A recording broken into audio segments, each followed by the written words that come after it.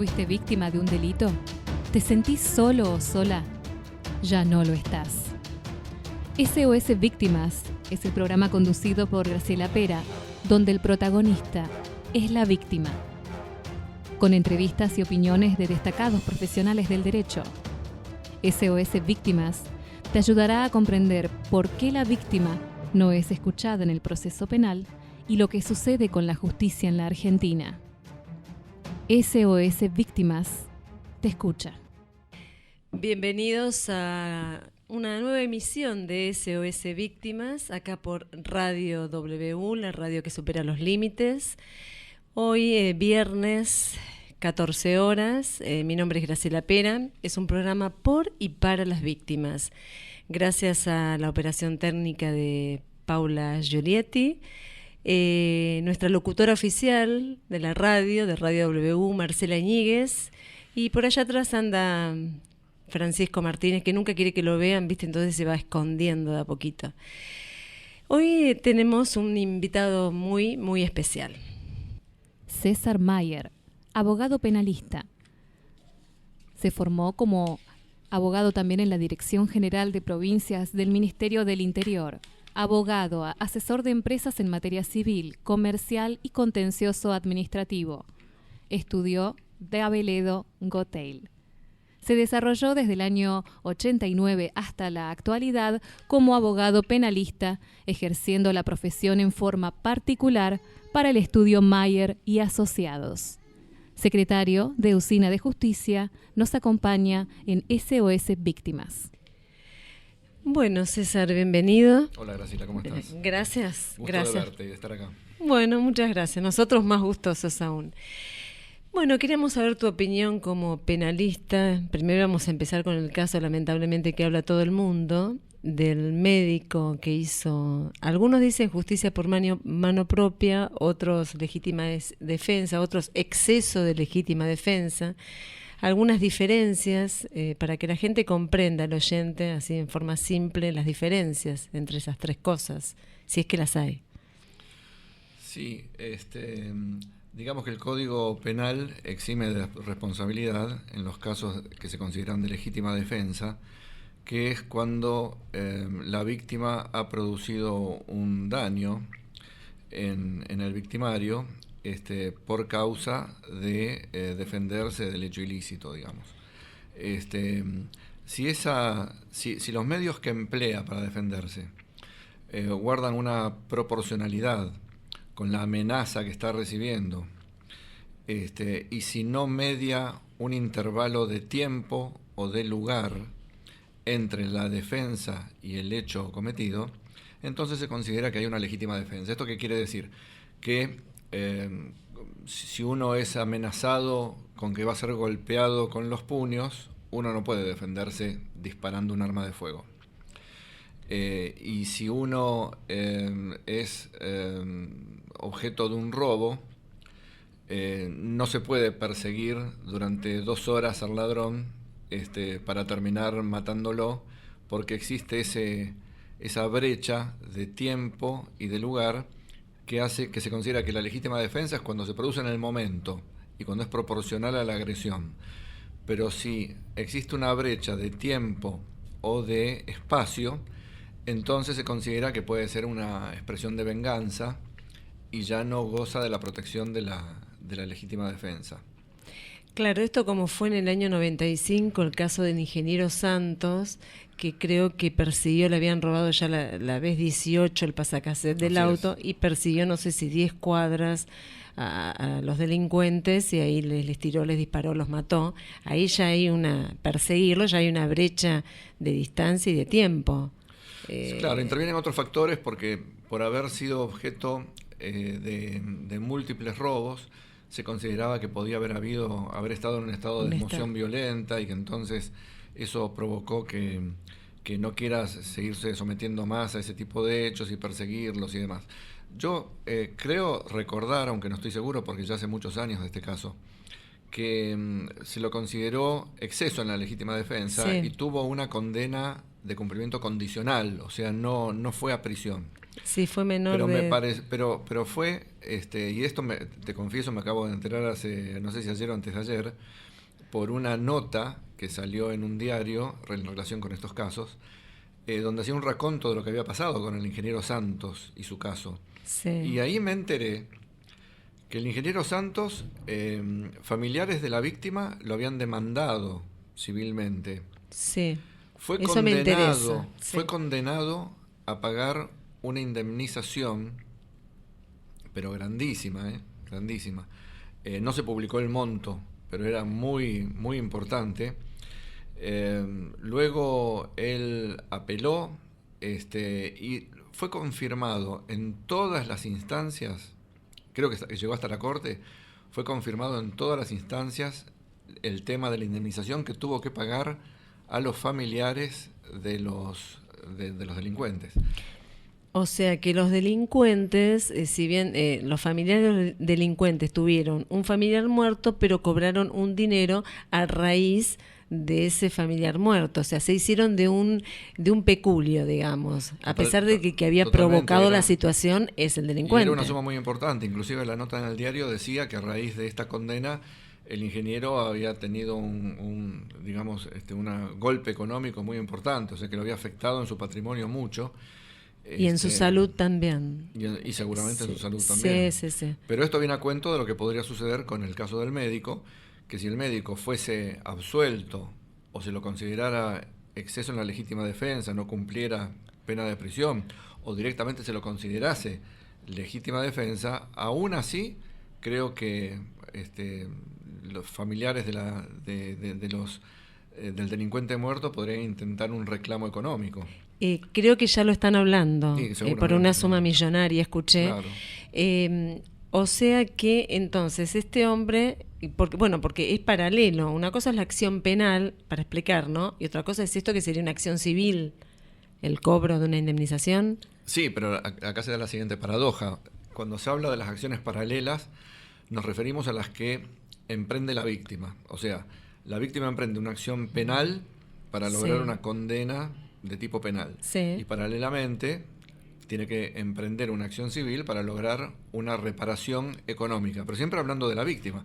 Acá, que es el mundo del revés, estamos hablando de una reparación económica que pretende, no ya el victimario, sino algún familiar del victimario, por una consecuencia del delito.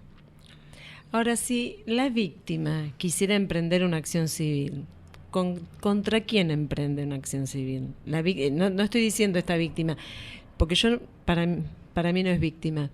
La víctima para mí es el médico. Sí. El delincuente murió, pero la víctima para mí es el médico. Es muy importante este tema que tocas, porque yo creo que está muy poco explotado el tema, muy poco transitado, y me parece que sería muy bueno que las víctimas se animen a expresarse, a emprender demandas de naturaleza civil, no solamente para obtener condenas en sede penal, sino también para obtener reparación económica. En este caso el demandado siempre es el victimario, el delincuente, y la reparación económica se hace efectiva sobre el patrimonio del delincuente o eventualmente sobre las sumas que en concepto de, creo que lo llaman peculio o algo así, pero es una especie de sueldo que cobran mensualmente por las tareas que realizan en el penal. En el penal. Que además la ley expresamente prevé que esas sumas sean destinadas en determinado momento a indemnizar los daños causados por el delito. Un porcentaje, ¿no? De esas sumas, sí. Claro, pero claro, la gente puede pensar que esto es automático, o sea, como existe un victimario que está cumpliendo condena y como existe una víctima, automáticamente lo que gane por su trabajo el victimario va a ser adjudicado directamente a la víctima. Y esto no es así. No, hay que iniciar una acción. Efectivamente, hay que iniciar un juicio civil que puede llevar su tiempo para que un juez civil condene a ese pago, y sobre la base del monto de la condena entonces se le va a retener al interno la suma que el juez determine, que no será el total eventualmente.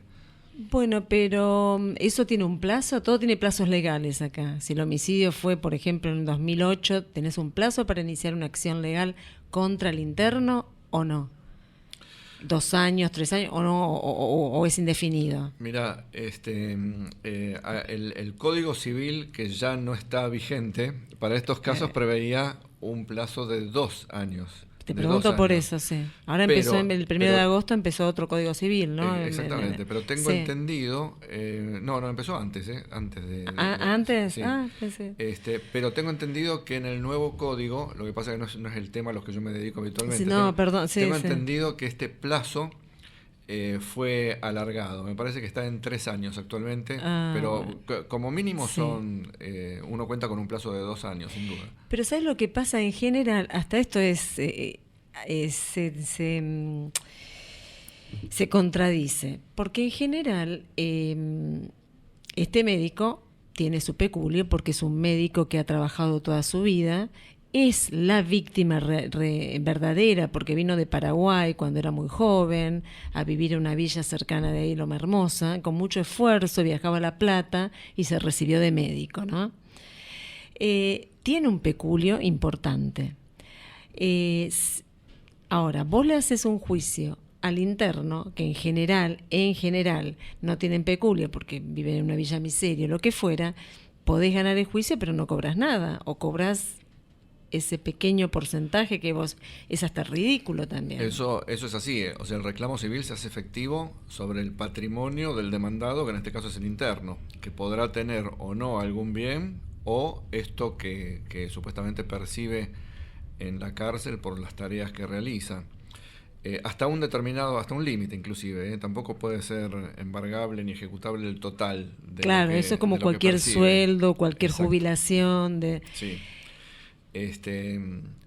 Sí, es así. Es así. Bueno, ahora ya... ¿Y qué opinión personal te merece? Perdón, volviendo un segundito a la pregunta que me hiciste. Ese es el motivo por el cual, creo yo, en otras legislaciones más avanzadas que la nuestra, me consta... Te iba a decir, ejemplo, si al Estado no se le podía hacer algo.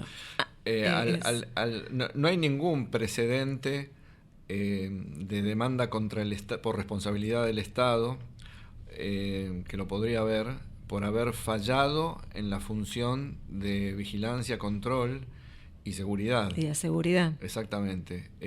No hay todavía ninguno. ¿No hay Eventualmente ninguno? ya lo va a haber. Sí, hay otros países donde las indemnizaciones por parte del Estado están ya previstas en la ley. Ya están previstas. Por ejemplo, me he enterado hace poco que en Inglaterra, ahora dudo si en Francia, ya está prevista y tasada en la ley. O sea, ya se le dice a la víctima de distintos delitos qué tipo de indemnización va a percibir y se le paga directamente. O sea, es el Estado el que se hace cargo. Es como más es automático. Acá habría que hacer un juicio y ver si se sienta precedente, porque nunca... no hay... O sea, claro, allá es el Estado y ya está la indemnización prefijada en la ley.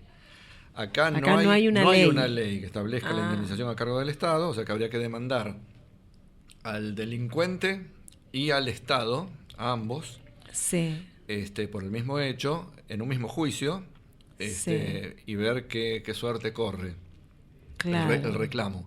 Ahora, debería, en la teoría, a mi criterio, debería prosperar. Porque, te pongo un ejemplo que es muy, muy claro.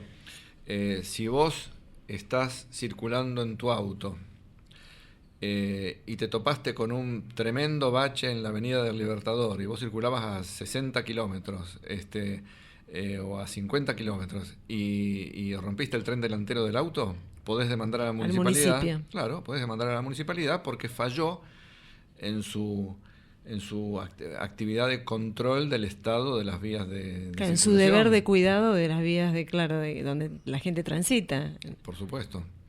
Y esto es exactamente lo mismo. Pero esto también no estaría relacionado, porque nunca hablamos de los delitos viales. ¿Sabes por qué lo digo?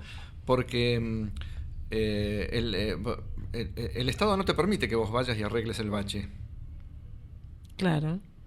El Estado tiene el monopolio del cuidado de las vías de circulación. Sí. No te permite hacer eso. Sí. De la misma forma que no te permite cortar el árbol que está frente a tu casa, porque Tampoco. es un árbol del Estado, de la comunidad. Hay que hacer toda una nota al municipio. Claro, entonces, y bueno, ese es el motivo por el cual si se cae una rama arriba de un transeúnte, tiene que responder el Estado. Ahora, con el mismo alcance, exactamente el mismo alcance, si el deber del Estado es preservar la seguridad en la vía pública, sí, y el Estado tiene el monopolio del control de la fuerza, y eso te lo hace saber todos los días, porque para eso tienen las fuerzas de seguridad, y para eso te dice que la gente no puede armarse porque quiere, sí, ni puede salir a hacer justicia por mano propia. Sí. Entonces, el Estado debería razonablemente responder por esa falta de control. Sí. Vamos a una pausa y ya continuamos.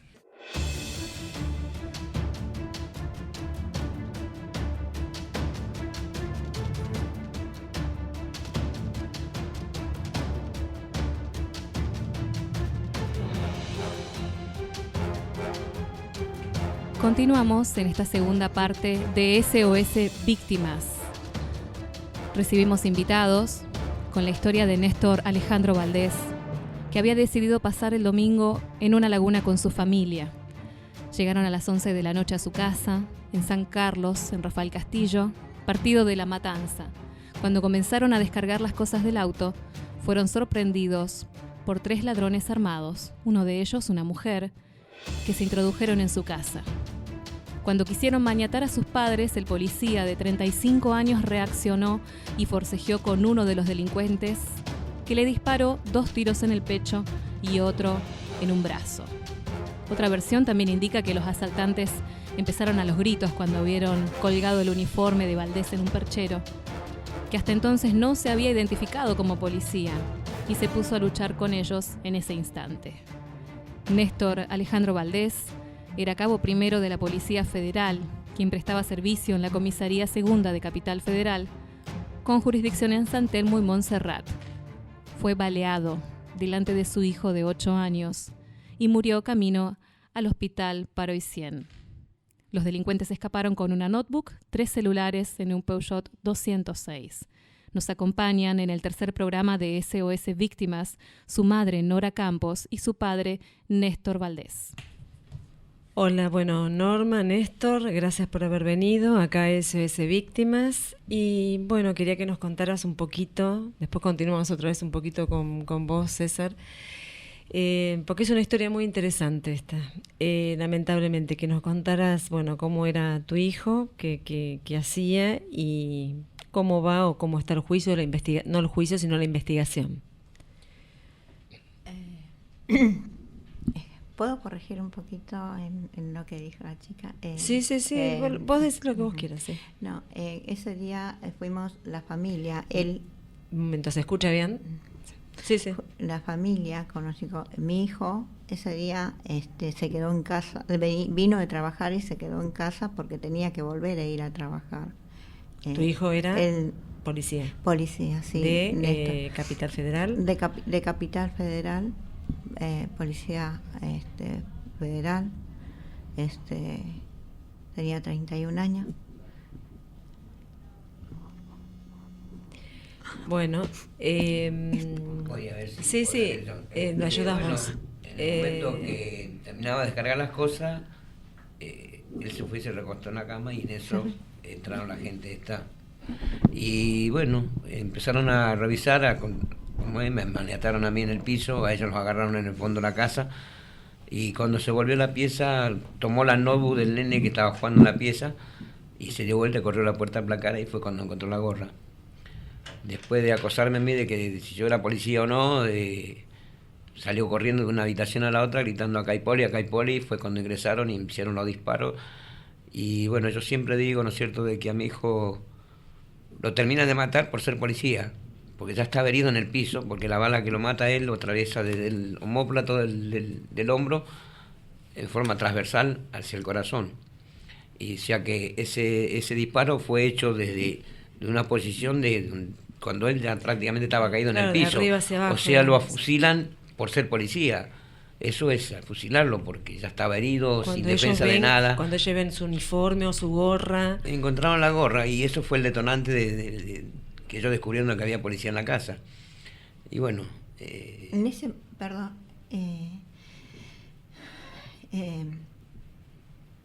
entraron, mi hijo en ese momento estaba se recostó en mi cama porque estaba esperando que su hermana se terminara de bañar para entrar él, bañarse e irse de vuelta a trabajar. De Isidro Casanova acá a Capital. Sí, a Capital, en San ¿En Telmo. qué comisaría trabajaba? En la comisaría segunda. En San Telmo. En San Telmo, sí.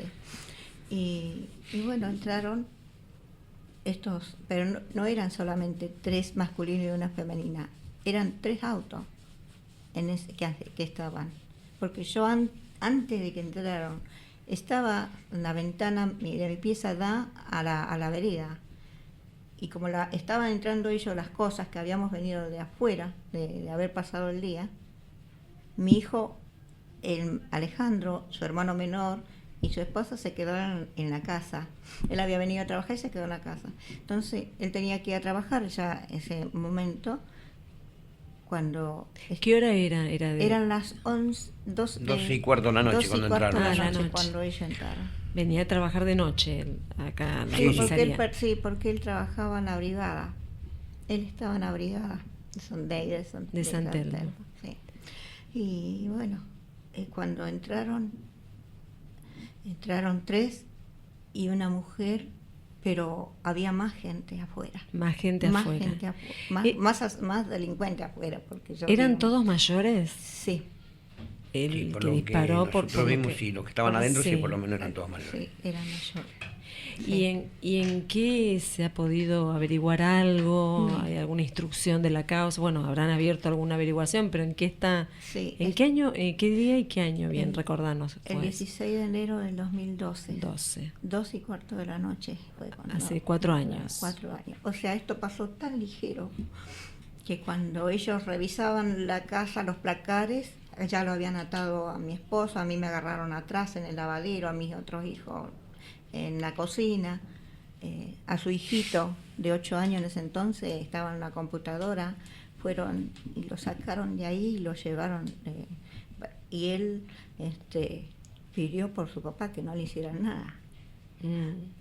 O sea, después lo pasaron con la madre, que la esposa de mi hijo, y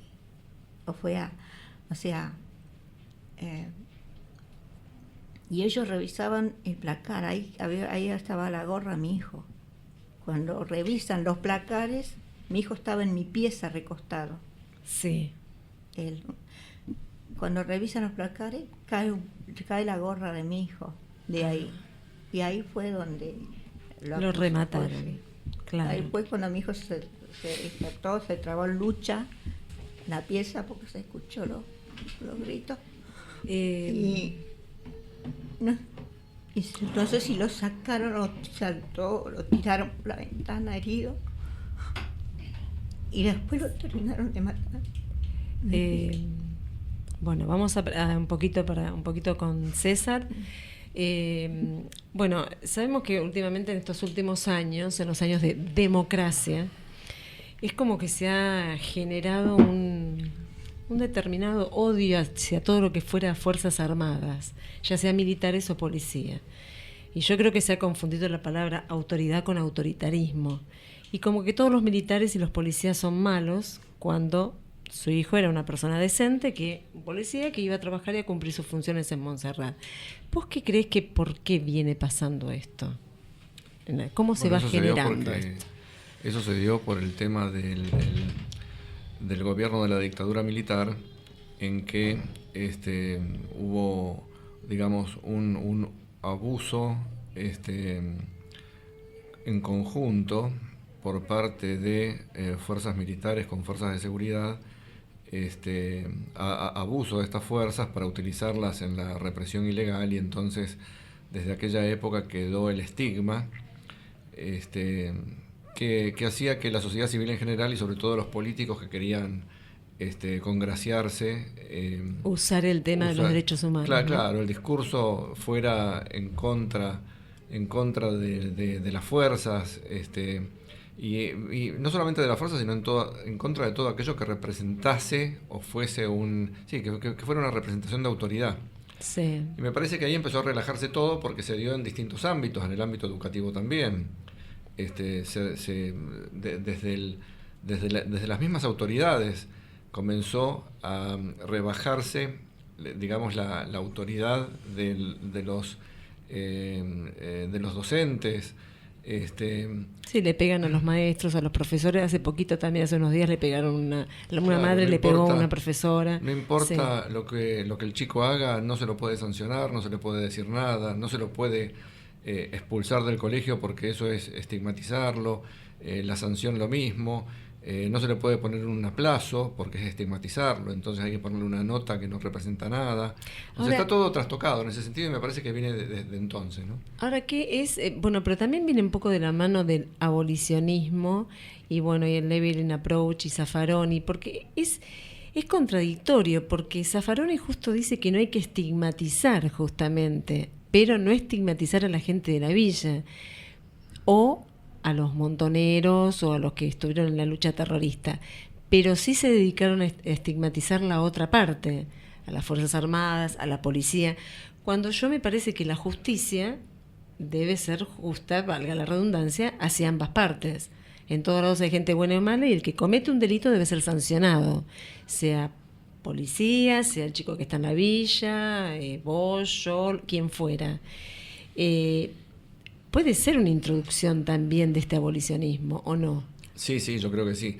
Aunque me parece que en eso se mezcla otro aspecto, que es el tema de la creencia, de la falsa creencia, de que el delito está provocado por las carencias educacionales, sociales o económicas del delincuente, lo cual es una mentira total. El ejemplo es el médico que estábamos hablando, por ejemplo, uno de los tantos. Pero este es un ejemplo fantástico, porque el victimario, el que resultó muerto en el hecho, creo que su origen no era una villa. Entiendo que el ladrón no venía de una villa. El médico que estaba siendo asaltado sí.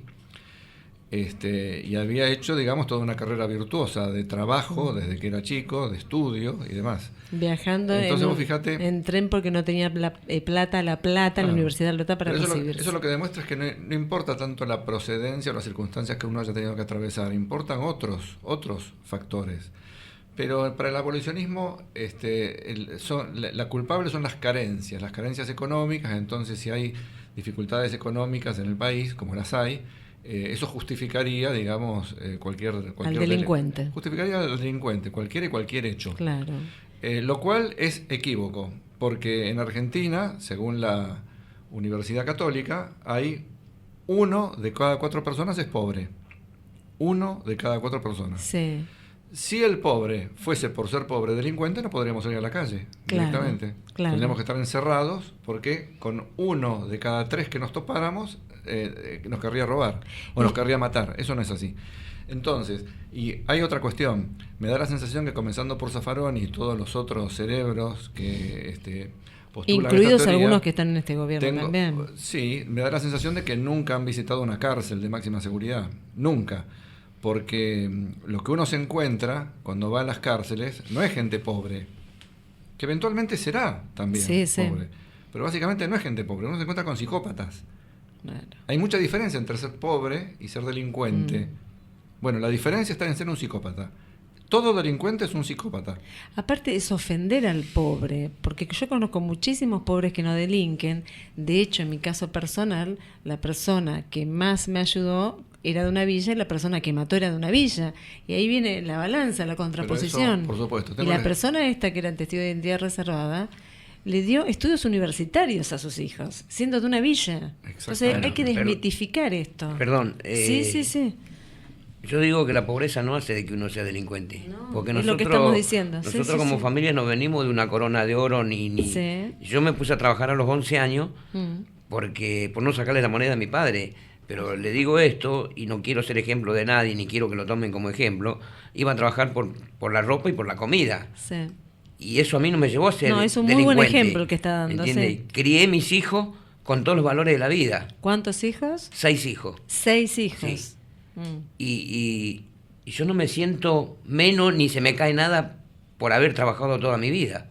De los 11 años le Sí, estoy sí. hablando. Pero es una lucha de pobres contra pobres también, porque ustedes, su hijo, tampoco estaba en una posición... No, a ver. nada que ver. Es Mi una hijo lucha de vivía con pobres nosotros. contra pobres, entonces. No, mi hijo, O sea- Alejandro, Sí. mi Alejandrito vivía con nosotros, porque él estaba siempre, mire, yo le voy a decir, estamos en la lucha de querer comprar la casita. Mi hijo con 13 años de servicio. 13 años de 13 servicio. años de servicio en la institución federal. Lo único que tenía era un autito, pagado en 48 cuotas del Pagado. 2008. Faltaba Y las terminar de pagar. últimas 8 Faltaba cuotas terminar. la pagó el seguro porque ya lo mataron. Él decía, mamá, no veo la hora de terminar de pagar ese autito. Una pregunta, ni le hago, casa. ¿cómo responde? Sí, sí. No, Sí. esto que está diciendo Es un Norma me parece fundamental porque dentro de la teoría abolicionista está la idea de que el delincuente es delincuente porque es pobre y roba a los ricos. Entonces, ¿cómo se va a castigar a una persona Claro. que encima delinque por necesidad y que le Y que roba o roba. hace daño a quien tiene, digamos? Sí. Bueno, esto no es así. Lo que se No está es poniendo así. en evidencia es que quienes sufren la delincuencia son mayoritariamente gente Pobres. pobre, por supuesto. O de clase media para abajo. Pero por supuesto. Bueno, y Alejandrito, como decía, nosotros siempre los hijos los llamamos por el diminutivo. 13 años de servicio. Yo te quiero preguntar, ¿qué respuesta te dieron, no sus compañeros, la fuerza? No, fueron, te ayudaron. Mire, el primer momento, cuando Porque las víctimas quedamos muy abandonadas. usted sabe, pues lo vivió en carne propia, Mm. con su hijo, ¿no? Sí, sí. Entonces uno no sabe ni dónde está parado. Fue como que nos dan un palo en la cabeza y no sabe para dónde agarrar. Y en ese momento nos dolió mucho que en vez de tener la ayuda de la institución, lo primero que hicieron cuando el cuerpo de mi hijo estaba en la morgue fue desvincularlo del servicio. Ni siquiera preguntar cómo fue. Pero Pero al desvincularlo, su nuera cobra alguna pensión. eso tuvo que hacer un reclamo. Porque a partir de yo ese esto no momento puedo uno tiene que creer. salir a buscar la justicia Sí. y caminar por el nieto, para que el nieto no quede en la calle. O sea, esto. Sí, decí, Norma, decí. A mí, salimos a buscar ayuda. ¿Por qué? Porque desde la fiscalía no teníamos imagínense que el apoyo de decir, bueno, el fiscal hacer una investigación. Yo creo que el fiscal es el que tiene que ver cómo trabaja la DDI o algo para la investigación, ¿no? Pero no teníamos ese apoyo. Era como que todo lo que decíamos era no. Como ¿Me entiendes? siempre, sí, sí. Todo lo que decíamos nosotros y lo que habíamos visto era Bueno, no. pero la Policía Federal no tiene un abogado para estos casos, porque en general la fuerza Bueno, tiene un abogado para Bueno, en los ese caídos. momento nos dio un abogado. Claro, yo le pedí a él que por favor que haga todo desde su lado. En ese momento el jefe de policía nos atendió después, porque fuimos en busca de ayuda al ver que no nos daban ayuda en el sentido para investigaciones, Para investigar, sí, no sí. para acoso. Entonces, ahí el jefe, que en ese momento era el señor Cadevila, ahí nos atendió 2 veces, nos puso un abogado a disposición, pero claro, este abogado me llegó a decir en un momento de que él no tenía ni siquiera un triste furriel y menos me podría brindar lo que yo le estaba pidiendo. ¿Un triste Exigen- qué? No lo entendí. Un triste furriel Furriel sería el No personal tenía civil que ni trabaja. siquiera un furriel perdón, no sabía. Ah, para trabajar. sí, sí, sí. Entonces yo no, ¿cómo le podía exigir a él? No, él no me podía dar lo que yo le estaba exigiendo. Yo no le exigía, quería Que investigara. que al Claro. ser representante, que me representara a mi hijo, Claro. que investigara. Pero claro, él me contestó así, entonces le dije, bueno, doctor, por lo menos usted me dice la verdad.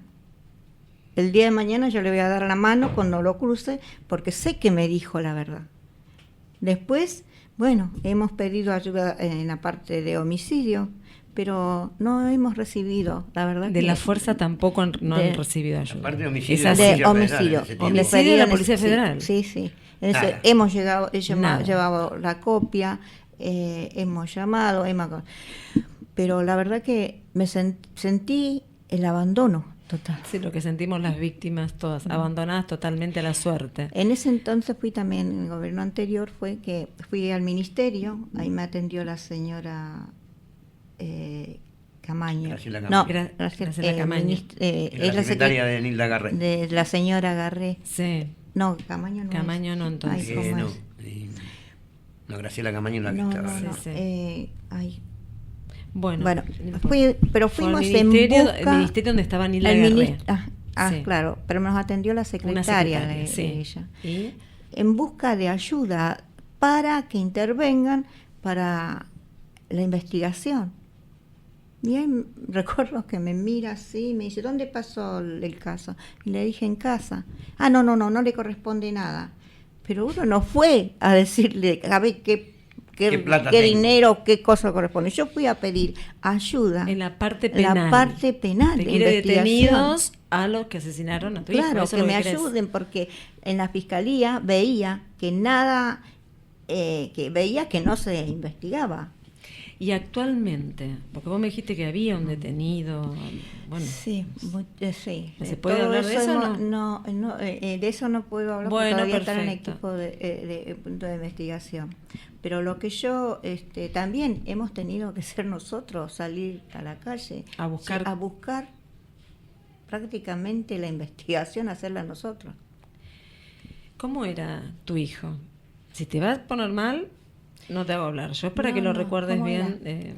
era? Si no, le quería hacer después una pregunta al No, abogado, pero decime. No, Porque acá es por y para las Eh, víctimas el sí, programa. sí. Pero ¿Cómo bueno. era mi hijo? Un excelente hijo, la verdad. Tenemos 6 hijos. Pero él era algo, siempre digo, tal vez él no es porque de los 6 ¿Y era el era como mayor? que el mayor, como que Ah, se sentía primer hasta protector hasta de nosotros dos. Sí, sí. Entonces, un gran padre, un gran compañero, porque muchos compañeros de él Hasta el día de hoy. le he no visto correr las lágrimas porque decía, nunca más Krusty, le decían a él, nunca más un Krusty, nunca más un gran compañero. Él es el Porque- único policía en la familia, porque a veces vienen de familias, No, policías, de familias tengo- bomberos, o hay otros policías. Tengo 3 más. Tengo Ah, tres más. pero hijos también. Policías, no. Dos femeninas que son inspectores de la Policía Federal y una personal civil que Ah, es una familia de policías Sí. que quieren esa, Mi esa padre, profesión. el papá de ella, Ah, vienen pero de no familia acá policial. en Buenos Sí. Aires, son policía de provincia de Y Chaco. fueron abandonados por la familia policial, supuestamente. Ahora, Mm.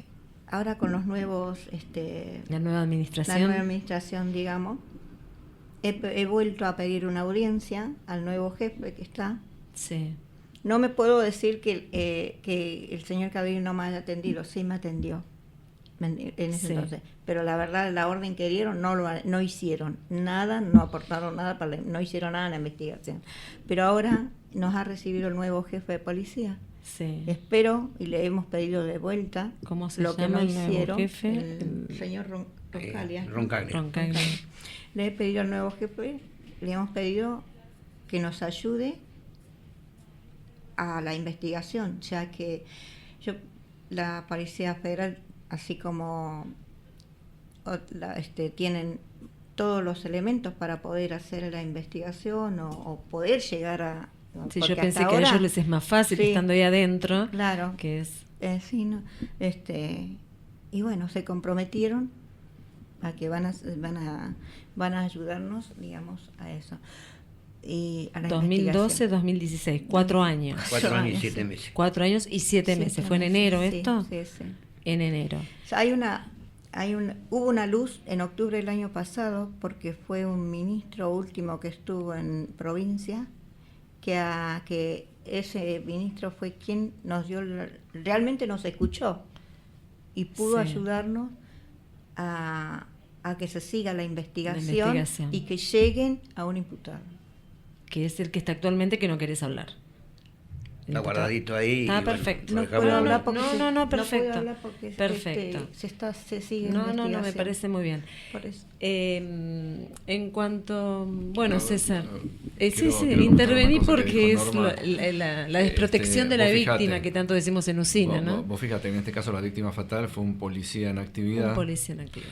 Que se supone que tendría que tener el apoyo de la fuerza, ¿no es cierto? Ahora, para esta familia, en donde hay varios policías en actividad, toparse con esta dificultad para la investigación, imagínate lo que queda para quien no tiene esa cercanía, digamos. Por eso le preguntaba, yo supuse que lo habían ayudado de alguna forma, que... No, o sea que ellos no tuvieron ayuda. Se culpaban entre que el fiscal no les permitía porque pasó en provincia Claro. y ellos porque Eran decían de no, capital. claro, eran de capital. Así preguntabas a uno no, porque el fiscal no nos permite y el fiscal porque ni aparecieron Claro. y así. El hecho, al haber sucedido en provincia, interviene la UFI de provincia, que se vale de policía bonaerense.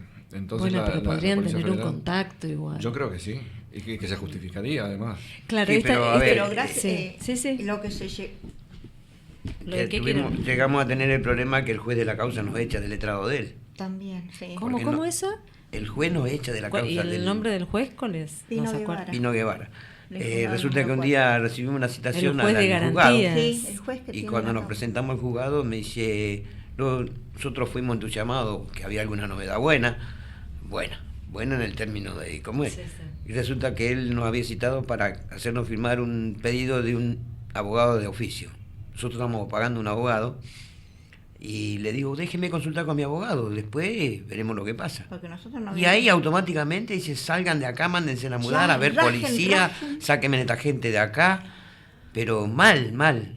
Un juez de una causa como la nuestra, yo no le No digo, como la no le nuestra, pido solamente, que me tengan alzando en una bandeja de oro, pero sí por lo menos que me trate, qué sé yo, como un juez, Como lo tiene a que una tratar. víctima. Por eso que vos contás significa que está mal de la cabeza ese hombre. Bueno, Entonces entonces... está trastornado, ¿qué va a hacer?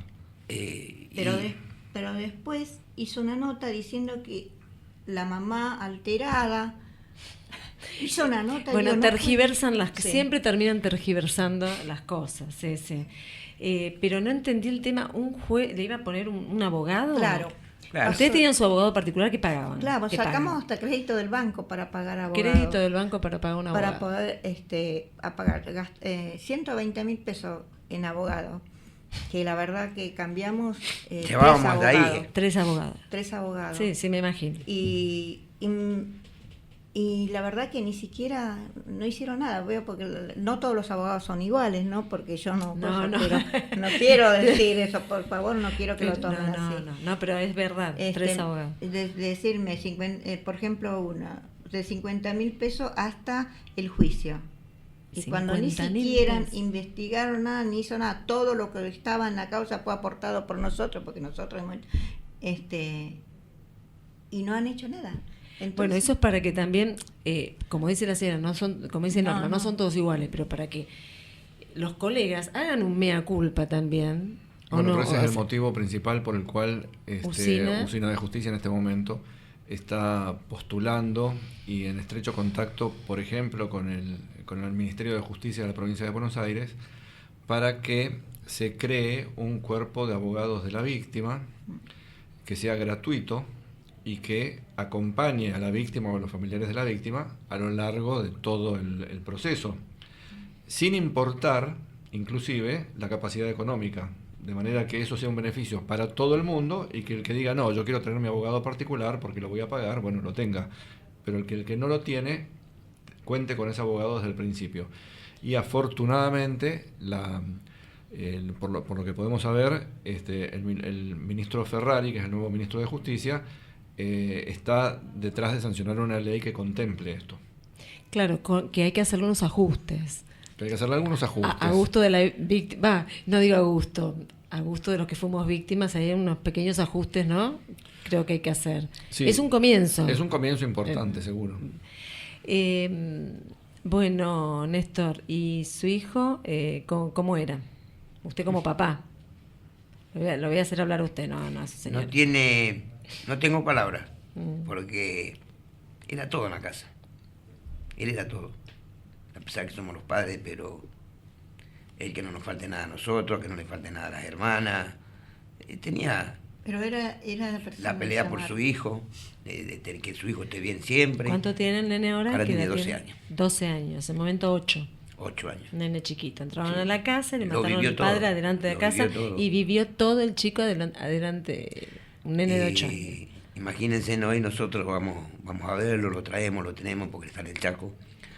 Ah, ¿está en el Chaco ahora? Sí, está con la mamá en el Chaco. Y bueno, cada tanto lo tenemos acá o vamos a verlo Claro. nosotros para allá. Vacaciones. Sí, sí, sí. Vamos a 3-4 días, estamos con él. Y cuando el momento de venir, la desesperación de él. Claro. Uno de los últimos viajes le decía ya, ¿qué te pasa, papi? Le dice, ¿estás triste? Bueno, vamos. Sí, esa es una, dice. Y otra que cada día extraño más a mi papá. Sí, sí, es verdad eso. Entonces, esas cosas, a veces no hay palabra con que llenarlas, Claro. ¿no? ¿Cómo hablarle a Sí, ese sí, chico a sí. veces? Porque es difícil. Es difícil, es muy difícil.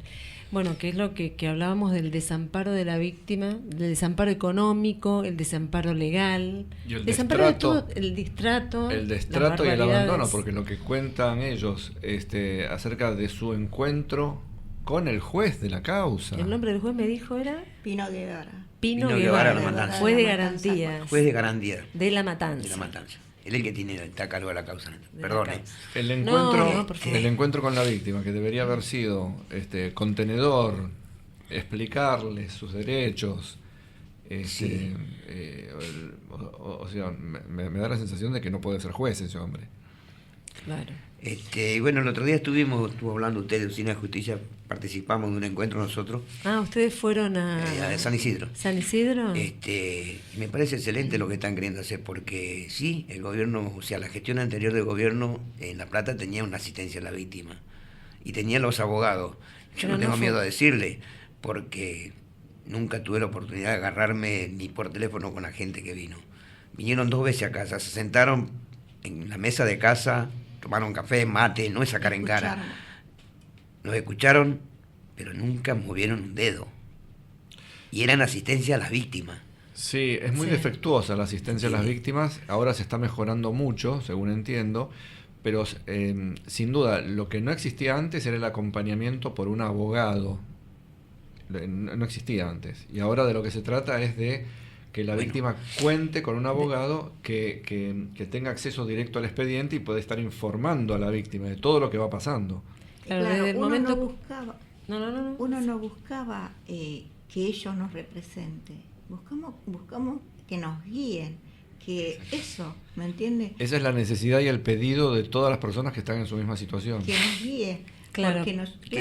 Porque nosotros, imagínense, de un segundo para el otro, pasamos digamos, de este camino al otro, yo siempre digo a la vereda al frente, Sí. porque nuestra vida cambió de ese día. Sí. Totalmente y para siempre. Y uno, Y- claro, y Lamentablemente. Esto coincide con lo que dicen muchas víctimas que han estado en situación similar, que dicen, a mí nunca nadie me dijo y me vine a enterar que necesitaba un abogado, por ejemplo. Uno no sabe cuando afronta un hecho así que va a necesitar un abogado para orientarse en el laberinto del proceso penal, ni uno sabe que va a quedar inmerso en eso. Bueno, lamentablemente se pasa rapidísimo la hora. Tendríamos que tener 2 horas, no una hora. Bueno, ya estamos pidiendo demasiado. Yo les agradezco que hayan venido hasta acá, que se hayan tomado la molestia No, de haber gracias a venido. No puedo desear lo mejor en esto porque no hay nada mejor, pero sí deseo que haya un esclarecimiento, que los traten bien y que en un futuro de Usina de Justicia, de otras organizaciones, haya un abogado del minuto cero, de que vamos a reconocer a nuestro hijo a la morgue hasta el último día de la etapa de ejecución de pena. Sí. Porque si el que infringe la ley lo tiene gratuitamente, más lo tiene que tener la víctima.